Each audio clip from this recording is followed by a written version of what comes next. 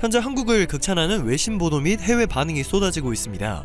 국회가 세계 최초로 애플과 구글 등 플랫폼 기업의 앱스토어 인앱 결제, 즉 내부 결제 시스템으로만 유료 콘텐츠를 결제하는 방식의 의무화를 금지하는 구글 갑질 방지법을 통과시켰기 때문입니다.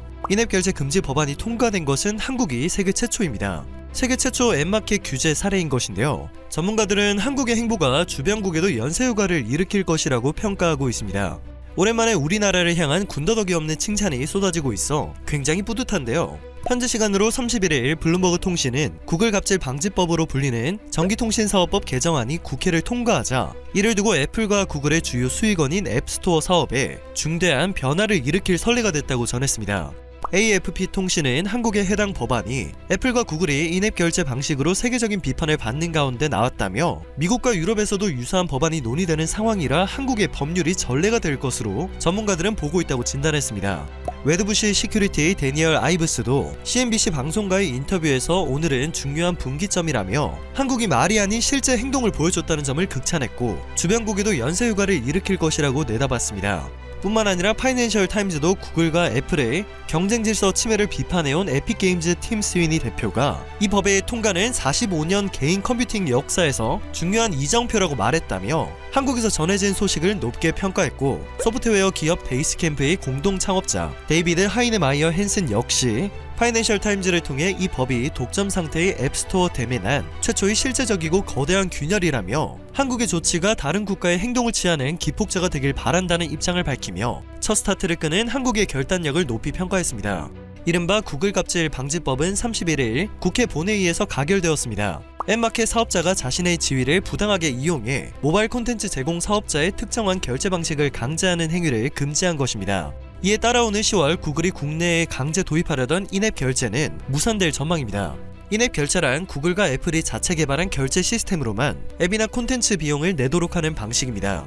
인앱 결제가 강제되는 경우에는 소비자가 앱을 다운받아 게임과 음악 등을 유료로 즐길 때마다 결제 금액의 최대 30%가 구글 및 애플로 가게 되죠. 앞서 구글과 애플은 이러한 정책을 통해 매년 327억 달러, 하나로 약 38조 원의 수익을 올린 것으로 알려졌습니다. 이에 앱 개발자들은 플랫폼의 독점적 지위를 악용한 과도한 수수료를 하면서 강력 반발해왔죠. 일례로 게임 포트나이트로 유명한 미국의 유력 게임 회사 에픽게임즈는 인앱 결제 방식을 둘러싸고 지난해 애플의 반독점 소송을 제기한 상태였습니다. 세계 최대 음원 스트리밍 업체인 스포티파이 역시 애플의 수수료 부과 강제를 비판해왔죠. 사실상 거대 플랫폼의 수수료 갑질이라고 볼 수 있기 때문에 최근 빅테크 기업의 독과점에 대한 우려가 제기되면서 각국이 구글 갑질 방지법의 처리를 주목해왔는데요. 결국 한국이 세계 최초로 여기에 제동을 거는 행동을 보여준 상황입니다. 외신은 물론 앱 개발사에서도 한국이 역사적인 조치를 내렸다며 박수를 보내고 있는데요. 소개팅 앱 틴더의 개발사 매치그룹은 성명까지 내면서 한국의 행동을 극찬했습니다.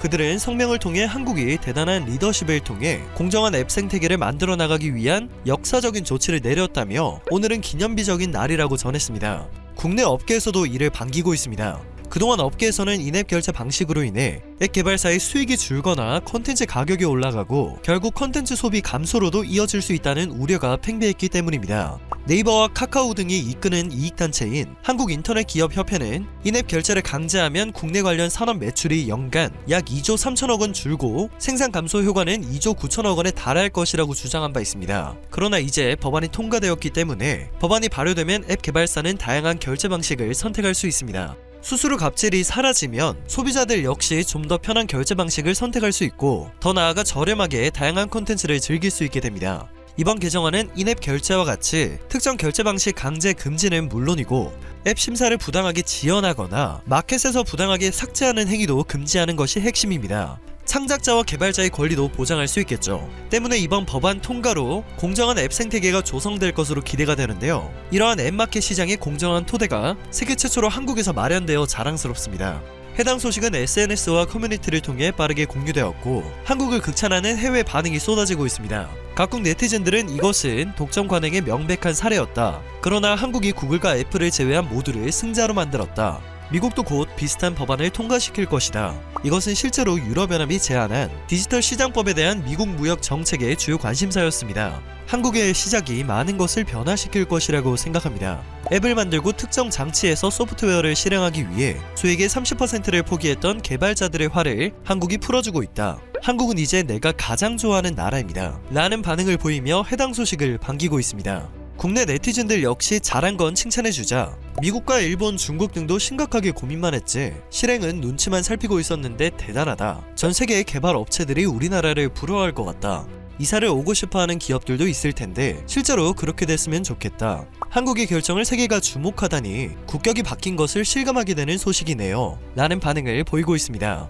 이처럼 거의 모두가 잘된 일이라는 반응을 보이고 있는 반면에 구글은 불편한 기색을 감추지 못하고 있습니다.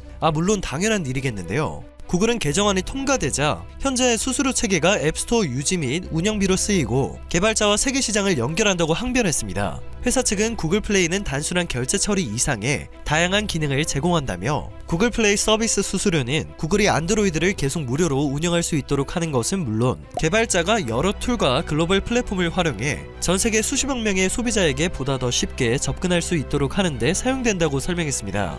개발자가 앱을 개발할 때 개발비가 소요되는 것과 마찬가지로 구글도 운영체제와 앱 마켓을 구축 유지하는 데 비용이 발생한다고 강조한 것이죠. 그러나 한국에서뿐만 아니라 각국에서는 수수료 갑질이라는 말과 빅테크 기업의 독과점에 대한 우려가 꾸준히 존재했습니다. 현재 시작을 끄는 한국을 칭찬하는 반응이 괜히 나오고 있는 것이 아니죠. 그래서인지 구글은 항변을 하면서도 입장문을 통해 고품질의 운영체제와 앱마켓을 지원하는 비즈니스 모델을 유지하면서 해당 법률을 준수하는 방안을 모색하고 있다며 향후 수주일 내로 관련 내용을 공유할 것이라고 밝혔습니다.